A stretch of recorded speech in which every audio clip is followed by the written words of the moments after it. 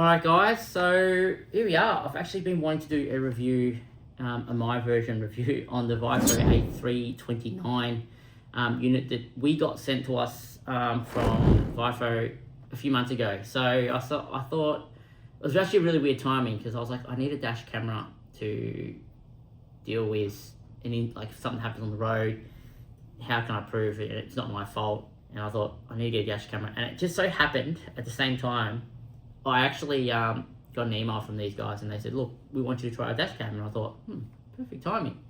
And you know what? I actually, for years, I've always gone, I don't need a dash camera. It's just not one of those things that I need. I've had a dash camera once in my life in my Toyota Fortuner when I had it. And I come to realise, they're not really useful to me because they always used to detect crash detections when I was off-road. And I just get all these video recordings of stuff that was pointless. But with all the new content that I've been creating lately, more prominent to like the Shark and EVs, I actually didn't realize one thing that has been really good in these 3 months when I've had this dash cam, and that is that I can use it to actually make content, and it's great for capturing moments that I otherwise thought would be lost or can't recreate. So I'm going to show you, the best way for me to show you guys my experience with this camera is actually show you some of the footage that I've captured off it. I've actually recorded released two separate videos on YouTube so far that use footage off this camera. One was with Robert Pepper. That video went for like 36 minutes and I actually didn't plan to record that. What actually happened was I got to the end of the day and I thought, damn, I wish I recorded some of this because it was really great content. And then I realized the dash camera. So I pulled the SD card out, dash camera, put it into my MacBook, and I had the whole day on every single channel. So I had my inside camera, my outside camera rolling, and it just had everything. So in terms of producing a video unexpectedly, that was one of my uses that I found to be really good. My other use was random events. So there was a time when I was going to the high country, it was nighttime. I think it was raining on and off on the way there, but I almost took out a kangaroo, or the kangaroo almost took me out, and I was able to capture that. And when I looked at that footage, I was actually quite surprised how good the night footage is. One of the marketing points that I read on this particular dash cam is something about night HDR has been tuned. So, when I looked at that footage, I was quite surprised how good that video quality came out when I was editing it. Now, obviously, dash cameras, small sensors, they're kind of designed initially for capturing events that happen, accidental events, like if you crash into a car or a car's crashed into you, and then you go, hey, this is what happened, and you've got proof. For me, that's one small feature of what I actually wanted a dash cam for. The BYD Shark and other BYDs don't come with a built-in like Sentry or Dashcam system, so we need to get something external. And I've actually heard really, really good reviews actually of this camera before I even acquired it. For example, a lot of people have, this is a brand that's been out for a long time. I think they're more than 15 years old. This particular model's been out for quite a while as well. And there's a lot of people that are in the EV space right now that are talking highly of this camera. So I was actually just really keen to get it in the car and then just use it. So for me, primary use has been the ability to just capture content that I otherwise thought would be lost. The dash cam is like a button you can press and it will just save and protect the last, the most recent activity that's happening, that's been filmed, so you can then pull it out later. The way it stores the video files on the SD card is really good. So if you're an editor, perfect quality for like Premiere Pro. I can just drag and drop it, it just works. If you're not so advanced editor, you can connect your phone to the dash cam using their app and just download it. The download's pretty fast too. I feel like it's 5 gigahertz Wi-Fi, which is why it's transporting the file so fast. So that's really good as well. I don't really use that as much, but I did use it to test it, and I was able, just to connect to it straight away and just download a video. So that was really good. So that works. So if you're just a basic user, it has a really easy solution to getting access to footage that way. I have it always connected to 12 volt. So in my Shark, there's no on and off. It's just always on.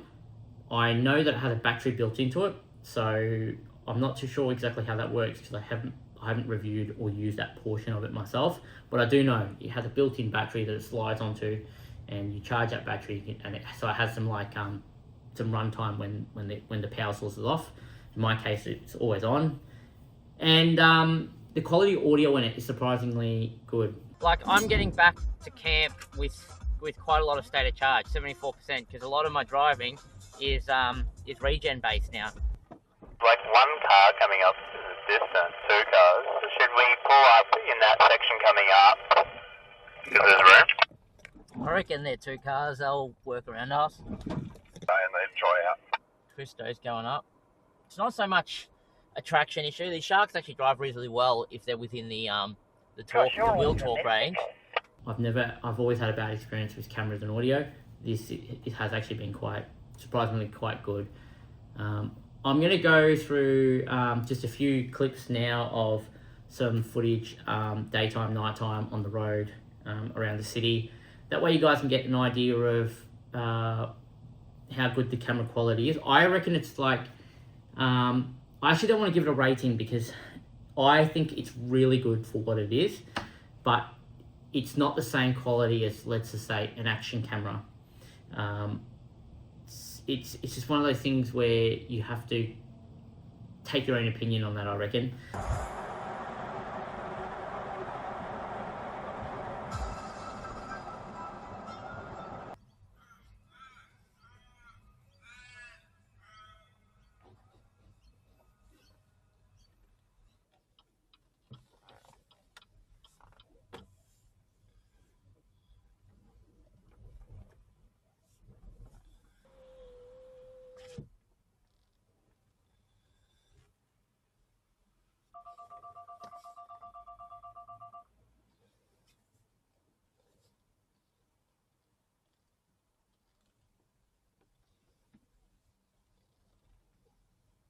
They swapped drivers. They did.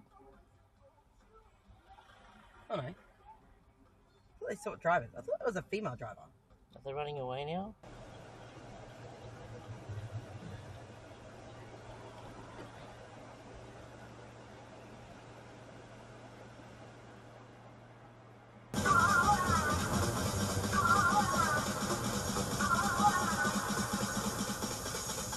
I'm talking about house music.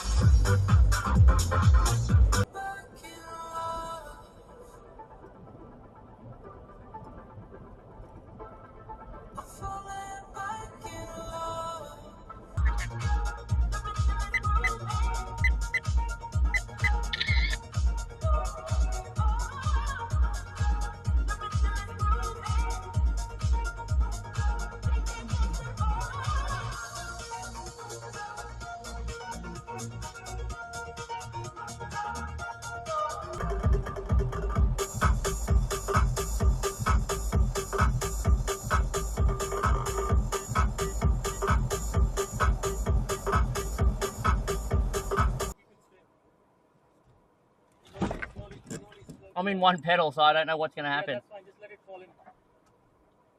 Just give it a little bit of accelerator. Little bit of speed. Yep. Slowly brake. Yeah, that's it. One thing I do want to say is I found the ability, I found the way that it stores the video files is really good. So this is a 3-channel dash cam. I've only used 2 channels because my 3rd channel won't reach the back of the Shark, which they're actually sending me a cable to fix, and I'll do another review on that. But the front resolution camera is higher than the inside camera resolution, and when it's storing these channels, it actually stores them independently in their own media file. So like, as an editor like me, I can just drag and drop the channels and use them as I want to see fit. So it has worked really good for me in that aspect. I plan to keep using this, so hopefully they'll let me keep the camera because I actually really like it. And I actually think even once I get the rear camera on, it'll be really, really good dash cam to keep using for what I do as well, like with our off-roading, our EV content creation. I'm actually going to talk to these guys about making sure I can get another one of these for our Denza that we're getting next year on the channel. and one for our BYD C-Line 6, because I just think that it's actually that good that I think it's a necessity in this day and age for a dash cam. Other than that, guys, like, I'll happy to answer any questions that you might have on the camera, or sorry, on the dash cam. You see, it's that good. I'm calling it a camera. It's just convenient for me, and you're gonna notice there's gonna be so many more other angles and content creation viewports I'm gonna be able to do because of the dash cam. And I've also even got these Meta, what are they called? Smart wearable glasses. They got like a built-in camera. I'll actually even be able to get content from this point of view as well.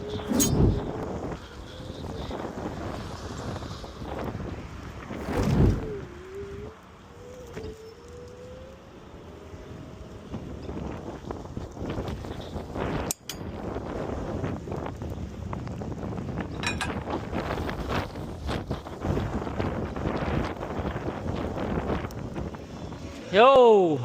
Oh, it's all happening here. What's going on, boys? Delivery!